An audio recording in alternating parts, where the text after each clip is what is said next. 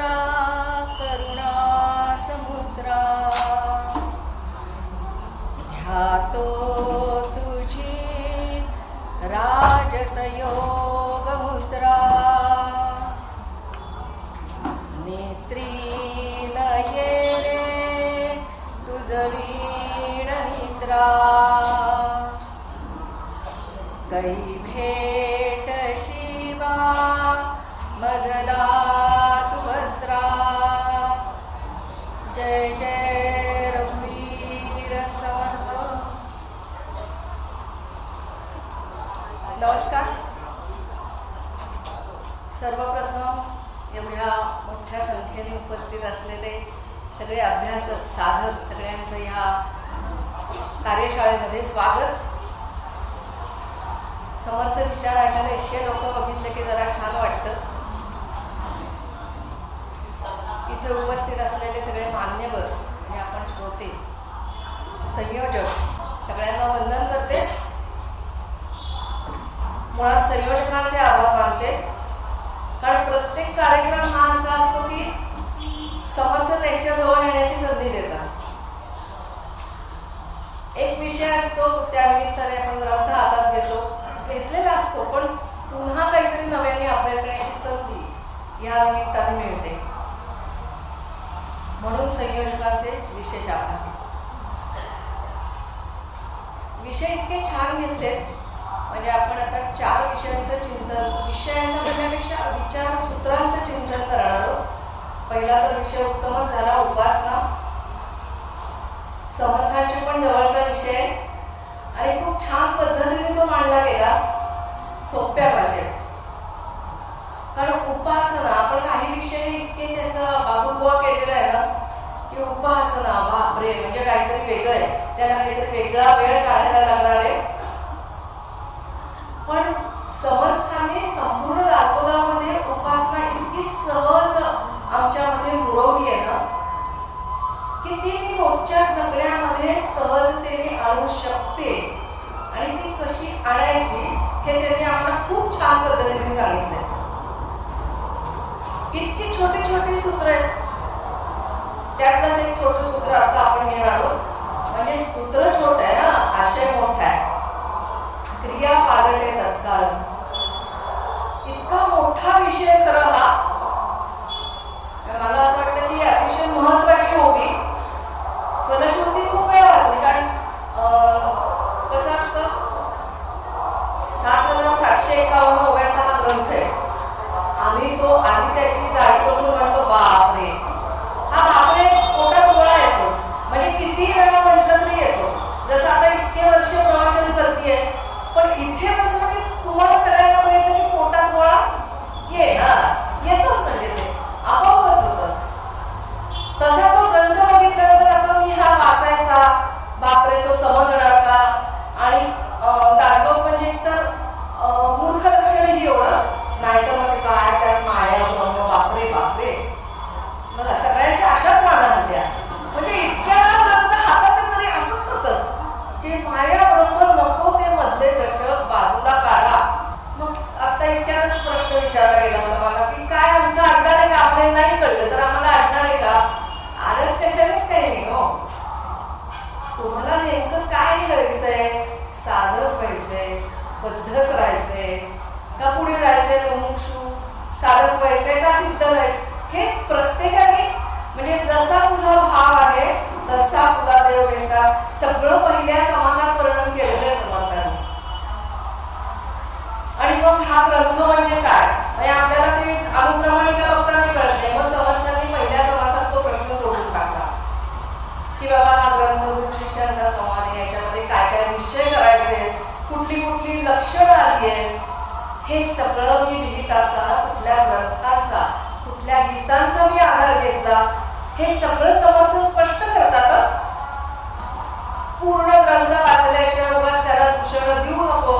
म्हणजे हे मूर्ख लक्षण जे आहे ते त्यांनी ते सुतवाच्य केले.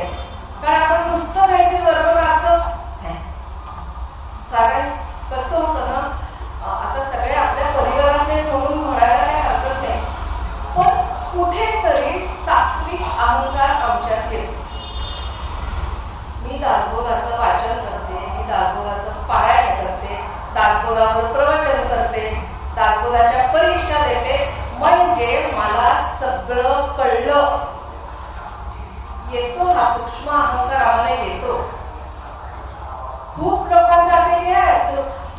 जर तुम्ही दासबोधाची पहिली परीक्षा पहिल्या वर्षी देत असाल आणि जे 10 वर्ष याच्यामध्ये किरकोळ आहे अगदी असं सांगतात की म्हणजे मी आता ह्या दासबोधामध्ये इतकी पारंगत झालेली आहे, हा अहंकार, आणि ते सगळं येऊ नये म्हणून समर्थांनी पहिल्या दशकातल्या पहिल्या समासात सावध केले.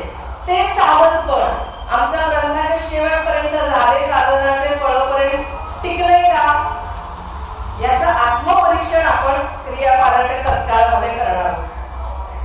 कारण कसं होतं ना, जसं लिहिताना सुरुवातीचं पहिल्या पानावरचं अक्षर इतकं सुंदर असतं, दुसऱ्या पानावर छान असतं, तिसऱ्या पानावर छान असतं, चौथ्या पाचव्या छान शब्द गायब लिहिलेलं असतं. तसं आहे 7751 ओव्या ह्या पहिल्या समासामध्ये जे सावधपण दिलंय ते माझं टिकलं आहे का? टिकलं असेल तर क्रिया लगेच तत्काळ पालटणार आहे, नसेल तर रिव्हिजन करायला आपण बसलोच. रिव्हिजनच करायची आपल्याला. ही तत्काळ क्रिया पालटते म्हणजे काय? समर्थांना नेमकं आपल्या समोर काय म्हणायचंय? म्हणून त्यांनी आधी सगळ्या ग्रंथाचा आढावा घेतला आणि फलश्रुती सांगताना पहिलीच ओळ काय घेतली? आता श्रवण केलियाचे फळ क्रिया पालटे तत्काळ तत्काळ.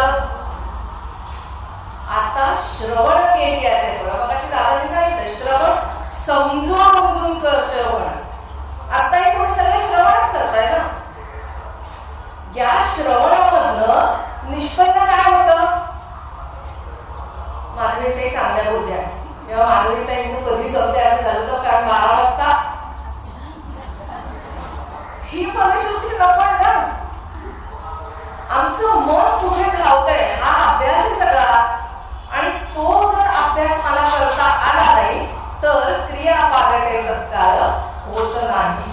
म्हणून समर्थांनी पहिलं सांगितलंय की तू जर हा ग्रंथ नीट वाचला, त्याचं श्रवण मला नुसतं वाचायचं नाही,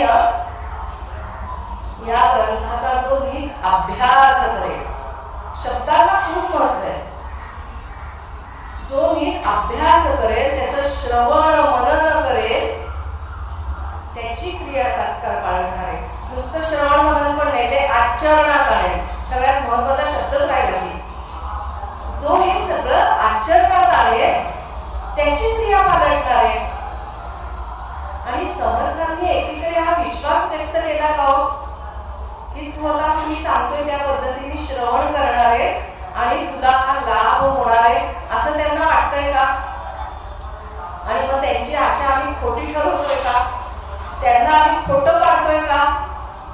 सगळ्यांनी आपापला विचार करायचा, कुणीच कुणाला उत्तर द्यायचं नाही, कारण आम्हाला उत्तर त्यांना द्यायचंय. आम्ही दासबोधाचे पेपर तपासतो, समीक्षकांकडे पाठवतो, समीक्षण येतं, पण त्यातलं खरं जे आहे ना ते उत्तर तिथे आम्हाला द्यायचंय. मी प्रश्न उत्तर म्हणून दासबोधाचा अभ्यास केलाय का? मी समाज सोडवताना पुरत व्याचाला बाबा वेळेत गेला बाबा एकदाचा, असं झालंय का? तो समाज सोडवताना ही जी सूत्र आहेत, आमचा 3 वर्षाचा अभ्यास आहे, या अभ्यासातनं मला निदान जे मोजके समास आलेत ते तरी नीट समजलेत का? पण त्यात माया ब्रह्म नाही तुम्हाला नकोय ना, तुमच्या व्यवहारामध्ये तुम्हाला उपयोगी असणारे समास आहेत, त्याचा मला उपयोग होतोय का?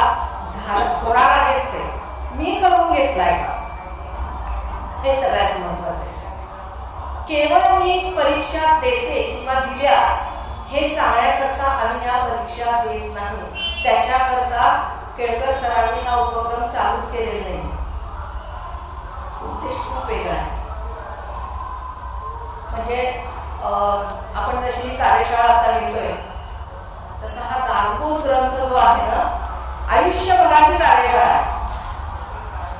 आणि या कार्यशाळेचे नियम आहे अखंड अभ्यास आणि अखंड सावधपण. आणि त्याची फी काय आहे? फी पण ठरलेली त्याची समर्पण, पूर्ण समर्पण. आम्ही या कुठल्या टप्प्यात पास होतोय का बघा ना.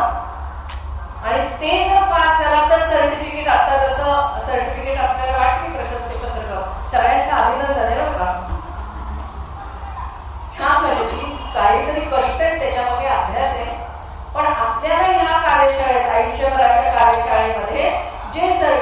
मिळणार आहे त्याच्यावर विशेष श्रेणी असणारच आहे. आणि कुठलं सर्टिफिकेट असणार आहे? मोक्ष. ह्या 4 टप्प्यात मी जाते का बघा. आपण या वर्कशॉपमध्ये दाखला घेतलेला आहे. जेव्हा तुम्ही परीक्षा द्यायला सुरुवात केली ना तेव्हा तुम्ही या वर्गामध्ये आलेले आहात. पुढचे टप्पे होत आहेत का? अखंड अभ्यास आणि अखंड सावधपण. अखंड असावे सावध सांगतात. छोट्या छोट्या गोष्टी, अरे नाही मी तो समाज काढला पण हे ना राहूनच गेलो. मग कुठेतरी आम्ही काहीतरी वाचतो किंवा आधीचे विद्यार्थी असतात. म्हणजे मला इथे जर समीक्षक असतील तर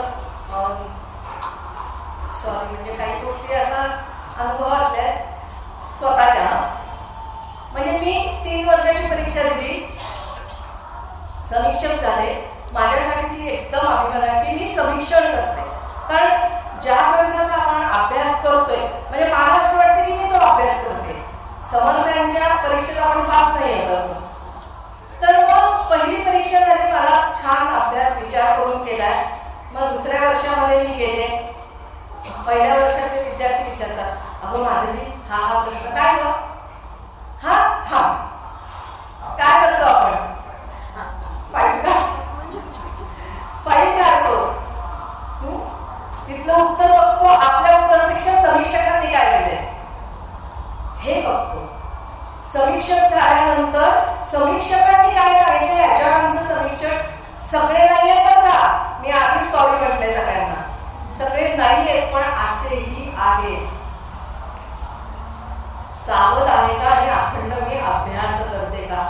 आपण आत्मपरीक्षण करतोय. कोणाला काही टोचणी पोचणी, मी फक्त इथे बसले, खरं मी तिथलीच आहे. तुमच्या वतीने आपण काही मुद्दे घेतोय आणि त्याचा बघतोय काढून सुलावून की अरे खरंच आम्ही समर्थांच्या परीक्षेत पास होतोय का?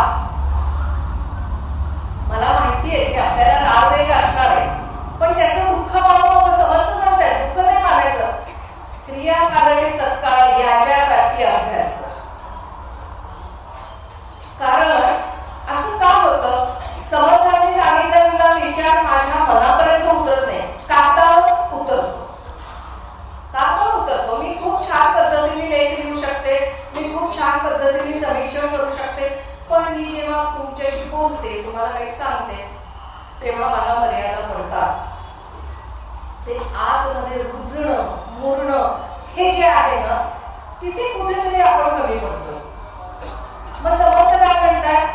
आपण मुलाला काय सांगतो, बरं तू इतक्या टप्प्यापर्यंत अभ्यास झालाय, एवढं तुला येत आहे बरं का, इतका वेळा तुला समजलाय, पण त्यातलं मुख्य वर्म जे आहे ना ते तुला कळलं नाही. मग मी तुला ते समजून सांगते आणि आता तू अभ्यास करा आणि मग त्याचं उत्तर शोध. मुलांना छान पद्धतीने लिहिता येतं. आपण जी पालक मुलांची भूमिका आहे ना तीच पालक मुलांची भूमिका आहे, तीच भूमिका आहे. ते आम्हाला घडवत आहे. समोर बसून नाही घडवत आहेत, ग्रंथरूपाने तर घडवत आहेत. मग हे घडवत असताना आमच्या काही गोष्टी लक्षात येत नाही. आणि म्हणूनच बघा फलश्रुती का दिली आधी? आम्हाला असं की हे एवढं मी वाचेन मला मिळणार काय? आम्ही परीक्षा दिल्यावर आम्हाला सर्टिफिकेट मिळणार माहितीये, काहीतरी मिळालं पाहिजे ही सर्वसामान्य माणसाची वृत्ती आहे.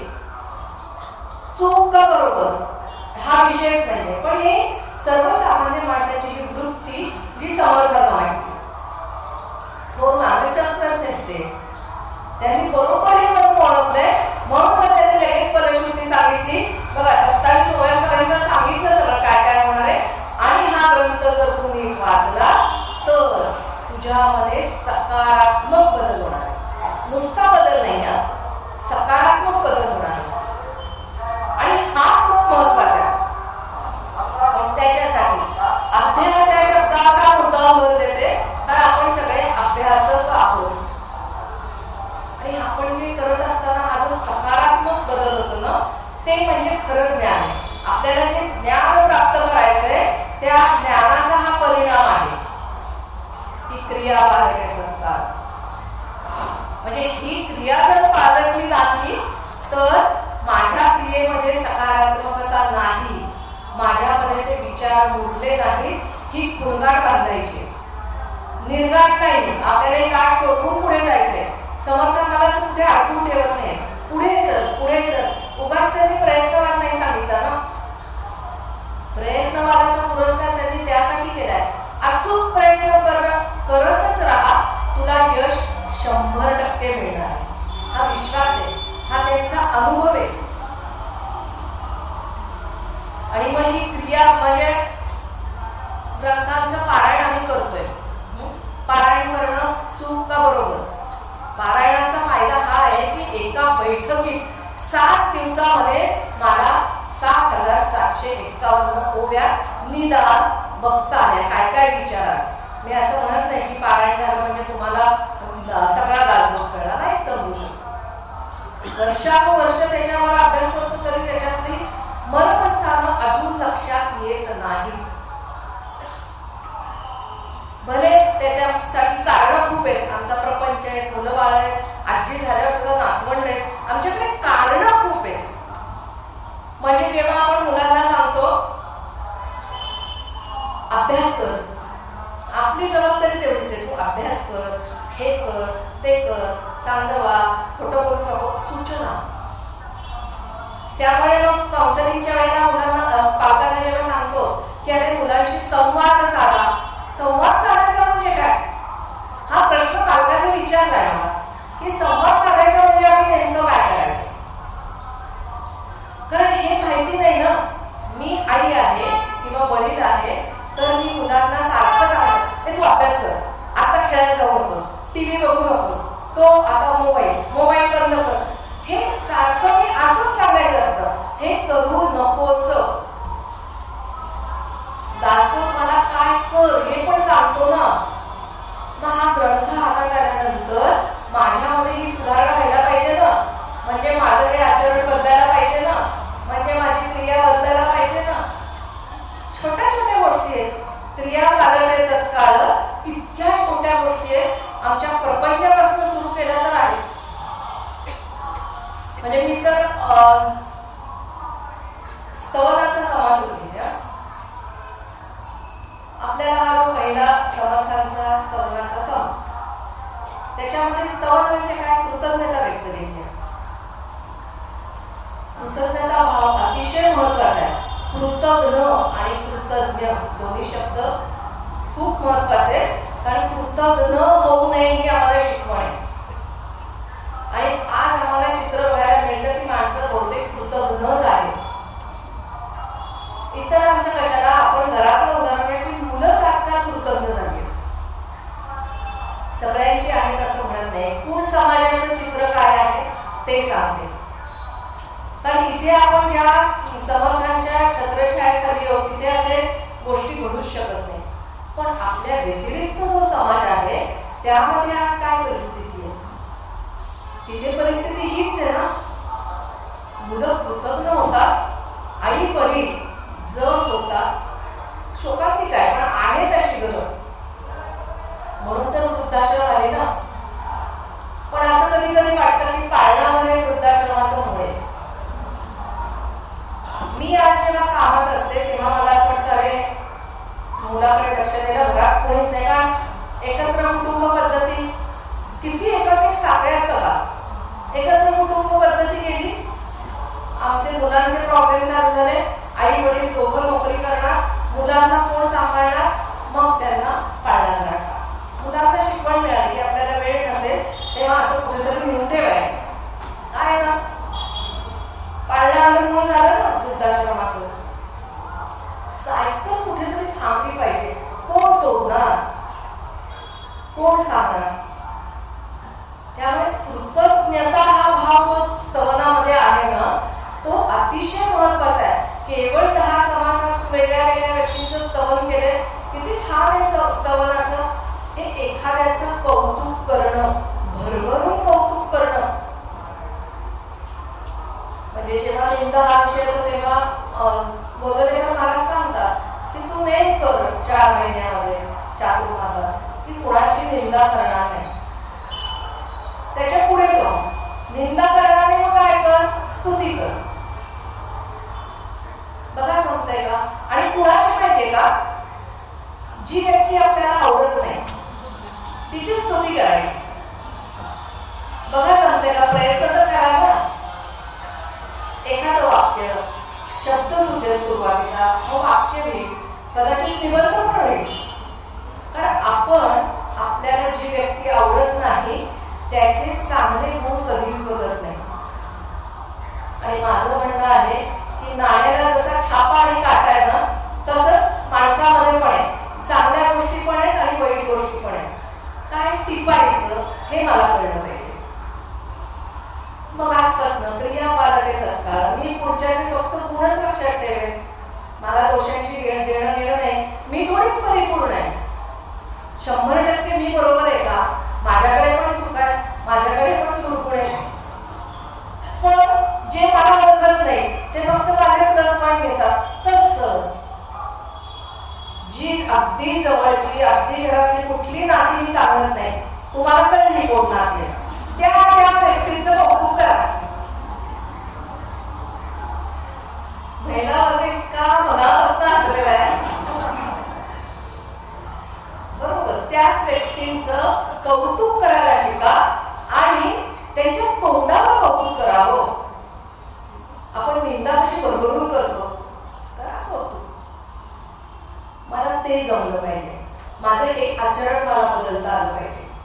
कारण समर्थ मला ह्या सकारात्मकतेकडे घेऊन जातात. या कृतज्ञता भावाबरोबर समर्थांनी नम्रता पण शिकवली. अहंकार नाहीये कुठे. मी एवढा ग्रंथ लिहिला, माझ्यामुळे घडलं, म्हणजे मी आता हे इथे माझी ओळख करून दिली. आम्हाला अजून याचा टेकू लागतो की सांगा हो मी कोण आहे. अजूनही कोणीतरी आमची ओळख करून दे. का नाही आमच्याकडनं असं होत की ताई तुमचा परिचय पाठवा. हा थांबा मी लिहिलेला पाठवून देते. दिला पाठवून. नाही दादा माझ्या काही परिचय करून देऊ नका, मी समर्थांचे अभ्यासक आहे. एवढं अजून येत नाही. म्हणून म्हटलं अजून तिथंच आहे. नाही होते ते बदल. दर वेळेला व्याख्यान म्हणलं की तीच घिसीपिटी ती आपली ओळख पाठवून द्यायची. आणि त्यातच मी धन्य. आता ना ते दडपण यायला लागले. इथं बोलणं परवडलं पण ती ओळख नको असं व्हायला लागलं की नको एवढं. कारण त्या वेळेला त्या क्षणी काही गोष्टी आपल्याकडनं घडून जातात. काही विषय येतात, बोलले जातात, चर्चासत्र होतात. ते त्या वेळेचा आवेग असतो. समुद्राच्या लाटा असतात ना तसं. झालं लाट आली गेली, पण आम्ही ती धरून ठेवली आहे. परिचय धरून ठेवलं, लाटाच्या लाटा. आणि ते जर आलं नाही ना, आता आम्ही पण संस्थेचं काम करतो. एखादं नाव असं डॉक्टरेट वगैरे असेल आणि नाव समजा सौ अमुक सौ माधवी माझं नाव, संतोष दादा डॉक्टर राहिलं. हे आम्हाला पत्रिकेत बदलायला लागलेलं आहे. ते सुटत नाही. मग इथे बसायचा अधिकार नाही असं हे सांग. त्यांनी सांगितलंय जोपर्यंत तुला डॉ लावायचा आहे मागे, तोपर्यंत माझ्या या कार्यशाळेमध्ये तू पहिल्या बालवाडीमध्येच बसलेली आहेस अजून. हे मला समजतं सांगतात. पण मी हटली. माझ्या काही सवयी बदलत नाही. पुढच्या वेळेला जर बोलवलं तर मी सांगायचा प्रयत्न करेन, कृतीत आणायचा प्रयत्न करेन. ही क्रिया पालटता आली पाहिजे. छोट्या छोट्या गोष्टीतल्या माझ्या किती म्हणजे स्वतःबद्दलच बोलायला गेलं तर इतक्या क्रिया पालटण्यासारख्या आहेत ना. इथे नम्रता, कृतज्ञता भाव, इथे भाव आहे, आव नाहीये. आम्ही आणतो तो आव की मी नम्र आहे. मी जरी डॉक्टर झाले ना, मी जरी एवढी शिकले, एवढी प्रवचन, पण मी नम्र आहे, मी एकदम सत्वगुणी आहे. कळतं अहो. जे उरलेले असतात ना त्यांना कळतं की तुम्ही खोटे वागताय, खोटं बोलताय, खोटं खोटं सगळं कळत असतं. पण तरी आम्ही पण त्यांना हो हो. समर्थांना हे मान्य नाही. म्हणू नकोस. मनापासून तो भाव असणं गरजेचं आहे. तो भाव असेल तर दादांनी जी आपल्याला नवविधा भक्ती सांगितली ना उलगडून, ती आम्हाला समजणार. 9 टप्पे. पण आम्हाला प्रश्न उत्तर पण भक्तीमध्ये ते उतरतंय का बघा. तिथे पण मला बदलायचंय. मला उत्तम येतात नाही ना, कारण माझ्यासमोर बरेचसे ग्रंथ असतात. दासबोध सोडून मी इथे पुस्तकं गोळा करते. हे आहे का नाही, कोणी काही उत्तर नाही दिलं तरी चालेल, पण हे आहे की नाही. दासबोध सोडले जेव्हा मी उत्तर लिहिते तेव्हा ह्या पुस्तकात काय, त्या पुस्तकात काय, प्राथमिक सुरुवात माझी तशी आहे का नाही. दासबोधच घ्या ना समोर. समर्थ सांगतील, आपल्याला ते दिसत नाही तरी तू जेव्हा वाचशील, वारंवार वाचशील, चिंतन मनन करशील, तुला मी ते समजावून सांगेन. हा विश्वास समर्थ त्या ग्रंथात मला देतात. पण ती ओढ लिहिलेली नाही ना, ती ओढ दासबोधात कुठेच लिहिलेली नाही, त्यामुळे मला ते कळत नाही. समर्थांचं बोट धरून मी पारायण करते, समर्थांचं बोट धरून मी ह्या सगळ्या परीक्षा देते, तेव्हा मी त्यांचं बोट धरणे हे नुसतं वाक्य आहे का, मग ते आचरणात येत आहे का, मग इथे पालटायचं. या पालटे तत्काळ, म्हणजे ज्या क्षणाला तुला ही जाणीव होईल ना, जन्मभर तर आहेच, म्हणजे हा अभ्यासाला सुरुवात आहे की मला आज ही जाणीव झाली, माझ्यात लगेच बदल होणं तत्काळ, हे समर्थांना अपेक्षित आहे. आणि मग हा बदल केल्यानंतर त्याचा अभ्यास करायचा आहे. नुसतं नाही चातुर्मासामध्ये आम्ही ग्रंथ वाचल्यानंतर हो मी दासबोध वाचायला लागल्यापासून माझा क्रोध एकदम कमी झाला, सांगायला लागते म्हणजे नाही झाला. लक्षात घ्या, मी खूप छान स्वयंपाक करते, सांगायला लागलं म्हणजे आलं डोळ्यासमोर, अमोलचा चेहरा काय असेल तो बघा. तुम्हाला एखादी गोष्ट सांगायला लागते याचा अर्थ तिथे शून्य आहे. आणि जेव्हा माझ्या तोंडून मला सांगायला लागतं मी ना ही गोष्ट छान करते, मला ना दासबोध वा नापास. कायम आपले शिक्षक समर्थ आहे ते लक्षात ठेवा.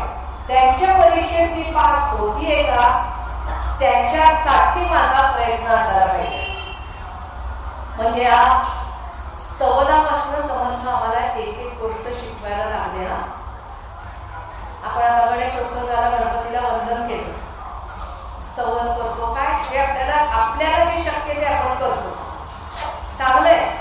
मी ह्या कशाचाच निषेध नाही, चांगलंय. पण बघा, म्हणजे दादांनी मगाशी पूजेचा भाव सांगितला. पूजा करताना तो भगवंत मला भेटावा हा भाव आहे का. पूजा करताना म्हणजे हळूहळू आपण ते पेढे ठेव आणि हे जे दादांनी सांगितलं ना आता, मला पाहिजे ते मिळालं की मी, म्हणजे व्यापार झाला ना तो, मला काहीतरी दे ही मागणी आणि ते मिळाल्यानंतर त्याला पेढे ठेवणं. म्हणजे आपण भगवंताला लालूच दाखवतोय का, विचार करण्यासारखी गोष्ट आहे. भगवंताला जे आवडेल, माझ्या सद्गुरूंना जे आवडेल तसं मी वागणं हा खरा नैवेद्य. समर्पण जे म्हटलं ना की, मग तसं जर नसेल, गणेशोत्सव गेला 10 दिवसानंतर आम्हाला गणपती आठवत नाही परत. त्या 10 दिवसात एवढी आवडत नव्हता अथर्वशीर्षाची.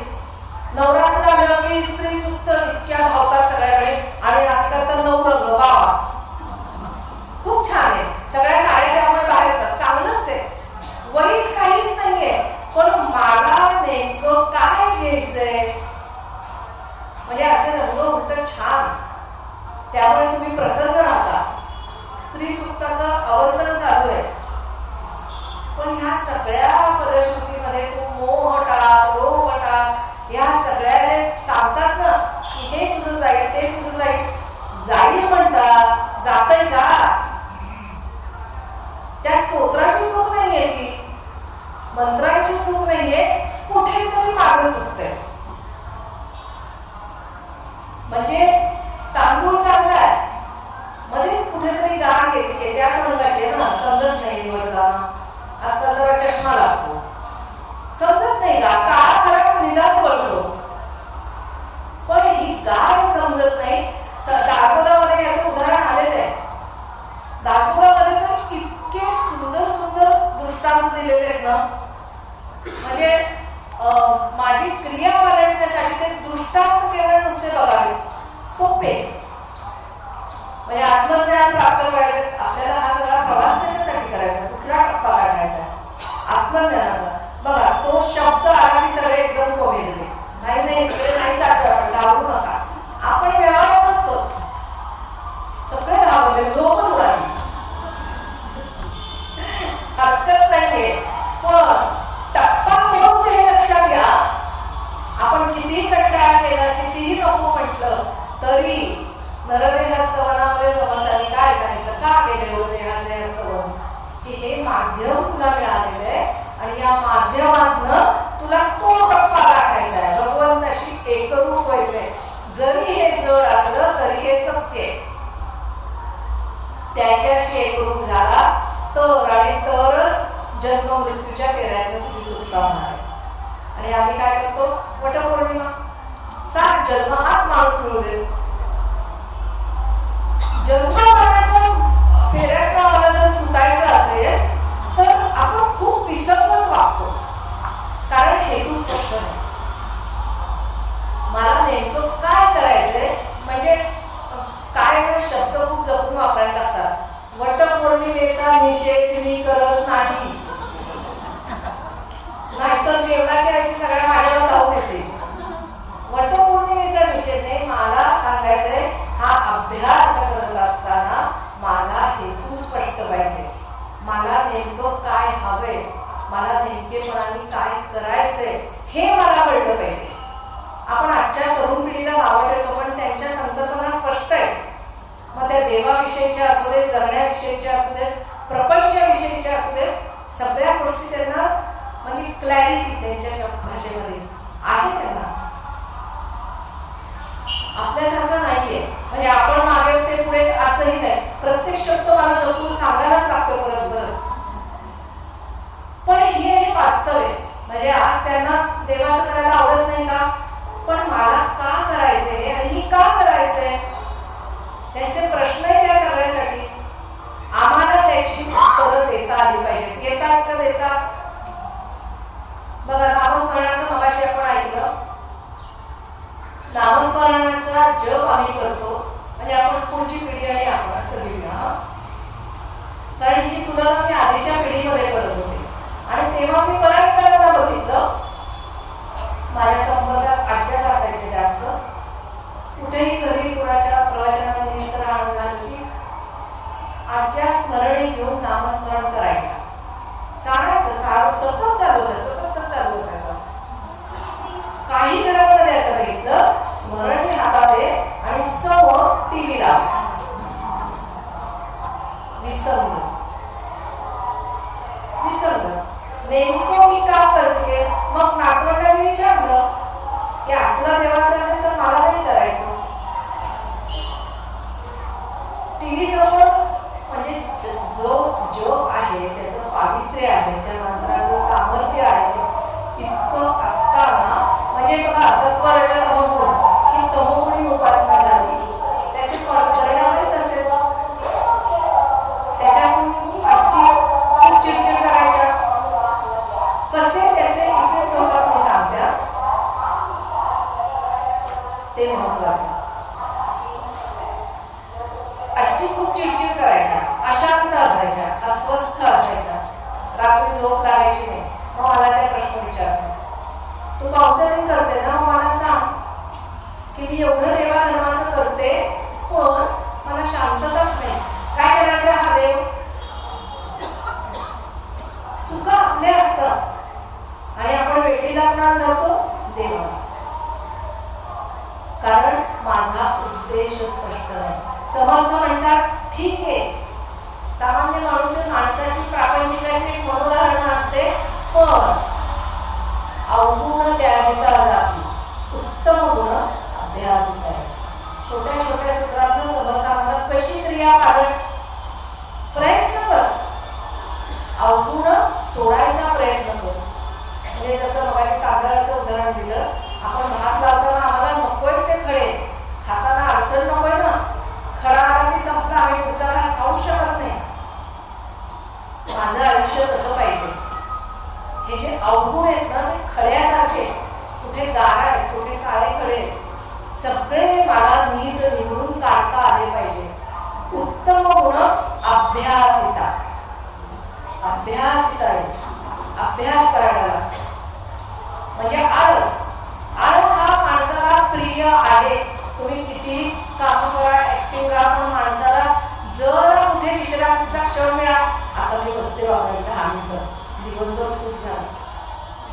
कुठेतरी होतं असं. म्हणजे मग समज म्हणतात की हा इतका सुद्धा नको तुझ्या काळच. सतत तू कार्यरत राहा, सतत काही ना काहीतरी चालू ठेव. रिकामा जाऊन येते एक क्षण. वेळेचे व्यवस्थापन येते. तुझ्या आयुष्यात येणाऱ्या सगळ्यांना 24 तास दिले. त्या 24 तासाचा उपयोग कसा करायचा हे माझ्या हातात आहे ना. त्या 24 तासामध्ये मी फोनवर बोलायचं सवय असते आम्हाला की चला आता आबो ऑफिसला गेले, आता एक महिला मैत्रिणीला फोन. चांगलंय, संवाद असावा, संपर्क असावा, त्याशिवाय ते संघटन होतच नाही. पण आता हा फोन येतो वाईट आहे ना, त्याला काय करायचं? 2 मिनिटं बोला, खाली कुशल विचारा. अगं 1 तास गेला. शाळेत असताना आम्हाला एक गाणं होतं, सकाळचे वाजले 7. सकाळचे वाजले 10 किंवा 9 जे काय असेल, तर अगं जे सुरुवात होते ते मी आजच्या कार्यशाळेत ऐकलेलं जे आहे की रोज एक तरी समास वाचा. विस्मरण. अगं मला खरं आज ना दासबोधाचा एक समास वाचायचा आहे, हे मी 4 जणींना फोनवर अगं करत सांगते. पण समास काही वाचत नाही. 10 मिनिटं जो सगळ्यात मोठा समास आहे ना त्याला 15 मिनिटं त्याच्यावर लागत नाही. पण माझा अगं जोपर्यंत संपत नाही ना तोपर्यंत रोजच्या रोज समास वाचन घडणार नाही. दुसरं, आता मला हे कळलंय रोज एक तरी समास वाचायचा 15 तर मिनिटं लागतात. मी घरात सांगणार अहो किंवा अरे मुलांना सांगणार दासबोधाचा एक तरी समास वाचा रोज, 15 मिनिटं लागतात. अगं आई तू वाच ना, मी तर वाचेनच, मी परीक्षाच देते. सगळ्यांना आम्ही सांगत सुटणार 15 काय आता कळलं आम्हाला 15 मिनिटं लागतात जास्तीत जास्त. आम्ही ह्याची चर्चा करत फिरणार. स्पष्ट नाहीत आमच्या कल्पना. आणि मग त्यामुळे काय होतं, आता हे अवगुण हा विषय चालला म्हणून सांगते की आमच्याकडे मग ते अवगुण म्हणजे मग दुसऱ्याबद्दल दोष. समर्थांनी काय सांगितलंय? आत्मपरीक्षण करा. आत्मपरीक्षण करा म्हणजे स्वतःतले दोष तांदूळ निवडा ना, स्वतःतले दोष काढा. ताट चुकतं आमचं, फक्त आम्ही तांदूळच निवडतो. चांगलं आहे ते, फक्त दुसऱ्याचे दोष दुसऱ्याचे बघतो आणि ते कसे त्याला दूर करता येतील ह्याच्यावर आगोवर चर्चा करू. म्हणजे आत्मपरीक्षण करून निंदा करायची नाहीये, दुसऱ्याचे दोष काढायचे नाही हे मला कळलं. मग आता क्रियापालन तत्काळ म्हणजे काय? निंदा, अवगुणे मला काढायचा आहे. बरोबर? दोष माझ्यातले बघायचे. मी 100% बरोबर नाही हे मान्य तर करा आधी. हे मान्य करणं पण अवघड आहे. माझं बरोबरच असतं, मी 100% बरोबरच आहे आणि पुढची किंवा पुढचा 100% चूक. असं कसं होईल? कारण कुणीतरी कुणाच्या तरी पाळण्यात मी पण आहे ना की माधवी हे चुकीचं वागते, माझ्यावर पण असणार आहे. मग मला इतरांचे दोष बघायचे नाही, हा अवगुण काढून टाकायचा आहे. आज मला समजलं क्रिया पालटे तत्काळ आजपासून अभ्यास करायचा. नाहीतर उद्या नाही, घरी आज लवकर संपते ना 3:30ला, घरी गेल्या अगं आज कार्यशाळेत येते ऐकलं. कसं आहे ना, तुम्ही जेव्हा एखादा विचार ऐकून जाता ना त्यातलं सूत्र पकडून मला कधीच सांगता येत नाही. म्हणजे जर घरी गेल्यावर विचारलं मला की आज दादानी काय सांगितलं किंवा पुढे सीमाताई बोलणार आहेत, चक्रेदार यांनी काय सांगितलं, खूप छान बोलले, काय सांगितलं त्यांना हा विषय दिला होता. अरे पण गावात एक तरी सूत्र नाही सांगता येत, म्हणजे माझं श्रवण चुकतंय, माझी क्रिया पालटे तत्काळ होत नाहीये, अचूक श्रवण होत नाहीये, त्याचं चिंतन मनन होत नाहीये. अवगुण सोडिता जाती उत्तम गुण अभ्यासाला करा याचं चिंतन, त्याचं मनन करा आणि आचरणात आणा. हे जेव्हा घडेल ना तेव्हा क्रिया पालटे तत्काळ. अतिशय महत्वाचे. तेव्हाच इतरांचं दोष बघणं हे आपलं जाणार आहे, पण घडत नाही. पण त्याच्यावर मला असं सांगू असं वाटतं की एखादं म्हणजे आपण उपास करतो, आता चतुर्थीमध्ये उपासाच्या दिवशी काय करतो, खरकटं काही खायचं, बरोबर. दिवसभर आपण हे पथ्य पाळतो, जमतं नाही आपल्याला. भले आम्ही एकादशी दुप्पट काशीवाले असू, पण दुप्पट खातो तर उपासातच खातो, इथपर्यंत आम्हाला जमलं. म्हणजे उपास केल्यानंतर इतर काही खायचं नाही हे आम्हाला माहिती. अभ्यास करताना अवगुण टाकायचे आहे, मग मला हा उपास करायचा. मला हे दोष नकोत ना, मग मी कुणाची निंदा करायचा उपास. जेव्हा असं होईल की मी कुणाची तरी निंदा चालू केली, कुणाच्या तरी दोषाचं वर्णन चालू केलं, थांबा, मौन पाळा, बोलू नका पाहिजे. असं कुठे काही कंपल्शन नाहीये बरं का की सगळ्यावर आपण बोललंच पाहिजे. शांत राहा, नका बोलू, प्रत्येक गोष्टीवर तुमची मतं नका नोंदवू, काहीच प्रतिक्रिया देऊ नका, प्रतिसाद द्या हे अतिशय महत्वाचं आहे. आपण प्रतिक्रिया देत राहतो, कधी कधी इतक्या रखरखीत देतो म्हणजे त्यातून पुढच्या काय परिणाम होतो. नका देऊ प्रतिक्रिया, शांत राहा, मौन. पण मौन मनाचं हवं, कारण हे मौन असताना मनातल्या मनात 2 तासाचं मौन आहे, नंतर देते उत्तर, काय करायचं ते मौन. मौन मनाचं हवं. त्या काळात मी माझ्याशी पण बोलणार नाही. करून बघा, 2 मिनिटाचं म्हणजे 5 मिनिटं पण नाही, 2 मिनिटाचं असं मौन करून बघा. ध्यानामध्ये जे आमचं लक्ष लागत नाही ना, कारण स्वतःशी संवाद साधायची इतकी, आणि पण सकारात्मक संवाद नसतो, तो नकारात्मक असतो. हे मला थांबवता आलं पाहिजे, तर माझं मन शांत होणार आहे, तर माझं ते ध्यान लागणार आहे. ध्यान लागत नाही, तक्रार सांगून उपयोग काहीच नाही. कारण असं जेव्हा ध्यान साधनेची शिबिरं आपण घेतो तेव्हा पहिला प्रश्न आमचं ध्यानच लागत नाही, नाहीच लागणार आहे.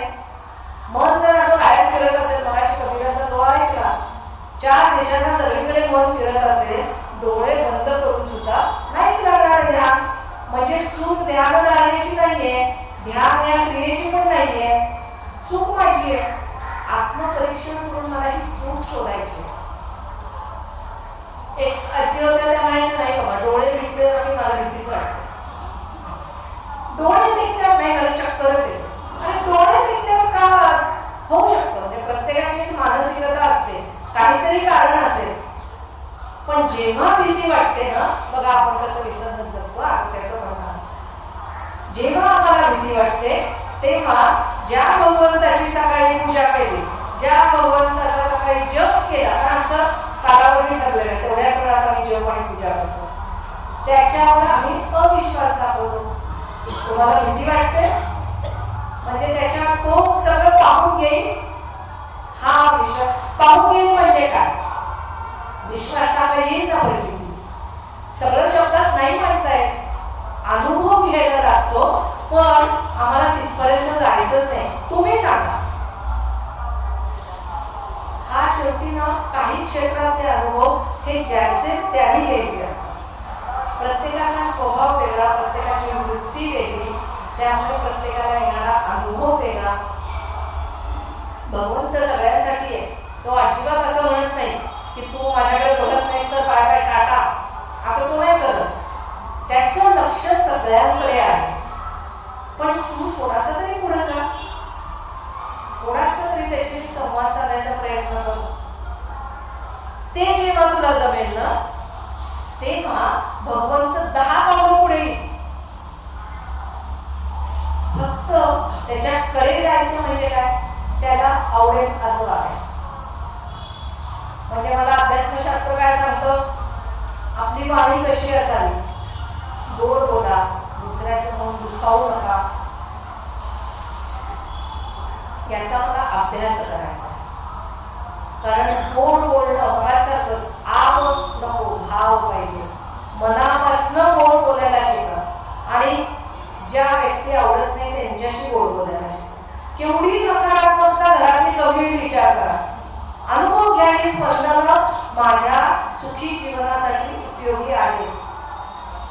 यातून जे निर्माण होतात स्पंदनं ती माझ्या घरामध्ये टिकतात. मग ती नकारात्मक स्पंदनं नको, सकारात्मक हवी वागणं बदला. गोड बोलायला शिका, राखावी बहुतांची अंतरे. समजच सांगतात ही वाणी जेव्हा माझी बदलेल, इतरांचा अपमान करण्यापेक्षा दुसऱ्याला मान देण्याची माझी वृत्ती जेव्हा बदलेल, तेव्हा आता श्रवण केली याचे फळ ही क्रिया मला पालवता आली होती. ह्या सगळ्या गोष्टी ज्या आहेत ना त्या माझ्या जीवनातल्या रोजच्या आहेत. स्वभाव गोडच पाहिजे, मग तो त्यामध्ये सहजता येते. जेव्हा ते अंगी मुरतं ना तेव्हा त्यामध्ये सहजता येते. ही सहजता मला आली ना आप येणारच नाही, भावच येणार. आणि मग भगवंताला आवडेल असं जेव्हा मी वागायला लागते, म्हणजे गोड स्वभावाचं एक उदाहरण होतं की इतक्या माणसांचा आपला संपर्क असतो, परिचय असतो, घरातली आपली आपली माणसं असतात. काही माणसं आपल्या आयुष्यात अशी असतात, इतकं सुग्रास जेवण केलेलं असतं पण ते आठ्या काढूनच जेवतात. हास्य त्यांच्या चेहऱ्यावर कधीच नाही. म्हणजे घरामध्ये हस्तखेळतं वातावरण असावं याच्यावर त्यांचा विश्वास नसतो. त्यांच्या दृष्टीने ही अंधश्रद्धा असते. हसत खेळत वातावरण, जेवण कसं असावं, हसत खेळत जेवण असावं. म्हणजे जेवताना तुमची वृत्ती कशी आहे ह्याला अतिशय महत्व आहे. जसं स्वयंपाक करताना तुमची वृत्ती कशी आहे ना ही महत्वाची, तसं जेवताना तुम्ही काय वृत्ती तुमची आहे. खूप चिडचिड करत तुम्ही जेवताना तेव्हा ते आम्ल विष तयार होतं बरं का. चरक संहितेत सांगितलेलं. म्हणजे ते विष तयार होतं. बरेचदा बघा की एखादा पदार्थ सगळेजण खातात, एखाद्यालाच वाटतो, त्यावेळेला त्या माणसाची वृत्ती काय आहे बघा. हे वाक्य त्यांनाही पटलं. त्यावेळेची जी वृत्ती आहे ना ती महत्वाची. जेवताना आनंदाने जेव्हा ते जेवण तुमचं आरोग्य उत्तमच ठेवतं. म्हणजे जंक फूड खा आणि आरोग्य उत्तम ठेवा असं नाही. हो, नाहीतर मग काय ना प्रश्नांची भीती वाटते जास्त, किंवा आम्ही जंक फूड खाल्लं तर चालेल का, नाही, ते आरोग्याला हानिकारकच आहे. पण जे खाल तेव्हा तुमची प्रसन्न. बघा तुम्ही जेव्हा म्हणजे तुम्हाला जर एखादी गोष्ट हवी असेल ना, आनंद हवाय, सुख हवंय, समाधान हवं, शांती हवी, तुम्ही ते द्या ना. तुम्हाला प्रेम हवंय ना तर तुम्ही आधी द्यायला शिका, तर भरभरून ते तुमच्याकडे येणार आहे. निसर्ग आम्हाला तेच शिकवतो ना, तुम्ही निसर्गाला द्या. आता आम्ही इतका धूर आणि प्रदूषण दिले, निसर्ग मला काय देतोय. तुम्ही निसर्गाला चांगलं द्या, तो तुम्हाला चांगलं देईल. हेच माणसामध्ये तुम्ही प्रेम द्या, तुम्हाला प्रेम निश्चितच येणार आहे.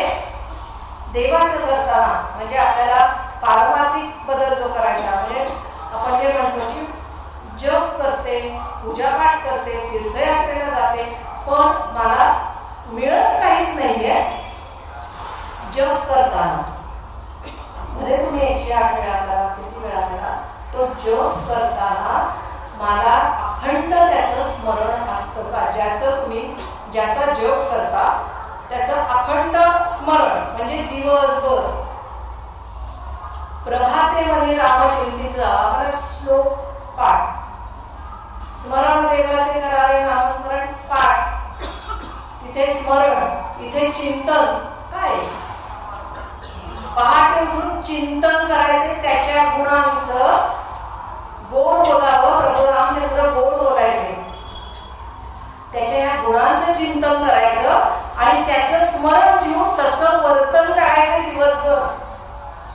आम्ही प्रभातेमध्ये रामचिंतीचं जेव्हा ध्यान लावायचा प्रयत्न करतो, डुलक्या काढतो, पण अखंड जेव्हा मला त्याचं स्मरण राहील त्या वेळेला ते चिंतन योग्य पद्धतीने चालते, तेव्हा मला हा अर्थ उलगडणार आहे.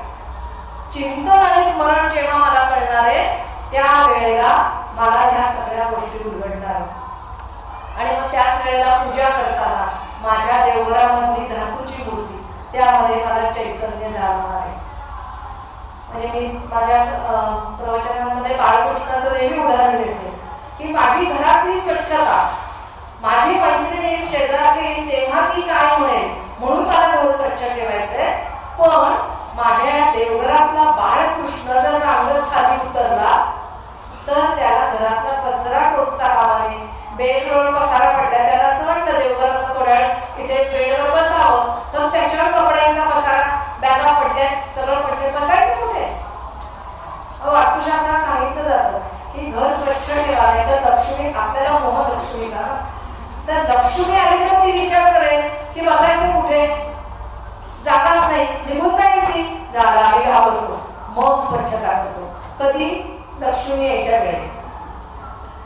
आम्ही ह्या गोष्टींना शिक्काच मारलाय की ते फक्त संध्याकाळी 7लाच येते. असं कसं होईल?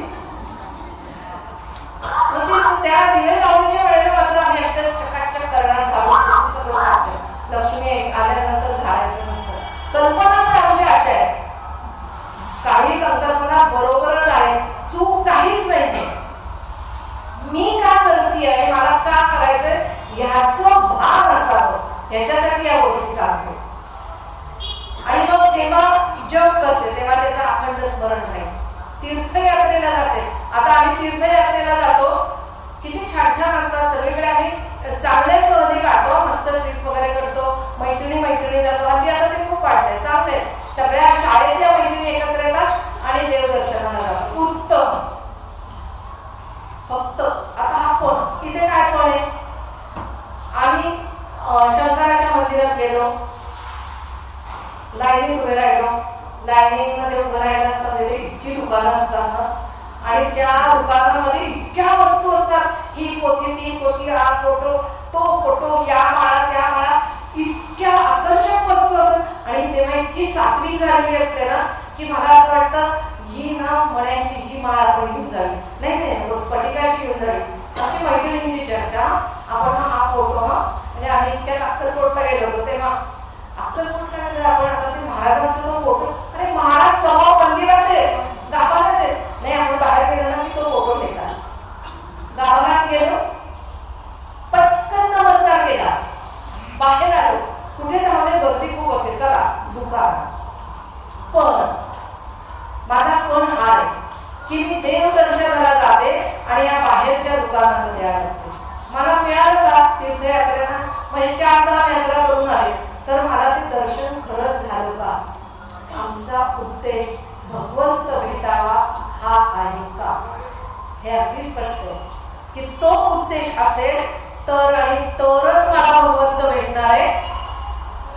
आता जाता जाता, म्हणजे आता 12 वाजले, विषय मोठा आहे पण 5 मिनिटात संपवते.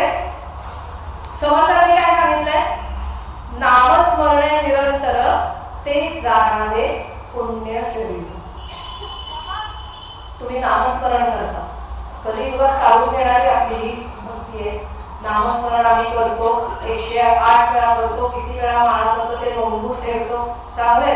लिहून काढतो, चांगलंय ते, पण फक्त त्याचं प्रदर्शन करू नका.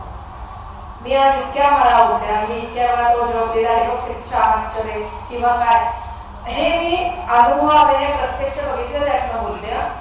की बघा, एकदा तर डॉक्टरांकडे गेले होते 2 मैत्रिणी तिथे, आणि त्या गप्पा मारत होत्या, अर्थातच घरातल्या प्रिय व्यक्तींविषयी बोलत होत्या, आणि तेव्हा एक जण जोक लिहित होती. म्हटलं हे काय चाललंय, तिला फक्त वही बनवायची आहे का तरच नामस्मरण करायचंय? म्हणजे देवाला इतकं पण खाली आणू नका ना, त्याचं स्थान जे आहे ते उच्चच आहे, उच्चच राहणार आहे, तिथनं तुम्ही त्याला खाली ओढू नका. तुमच्या या छोट्या छोट्या कृती पुढची मुलं बघताय, त्याचे संस्कार त्यांच्यावर होत आहेत. आपण वह्या बनवण्यासाठी नामस्मरण लिहित नाही. तो राम मला कळला पाहिजे, तो मला जाणवला पाहिजे, तो माझ्या, म्हणजे मी त्याच्याशी एकरूप होण्यासाठी निदान हा टप्पा तरी मला नीट जमला पाहिजे.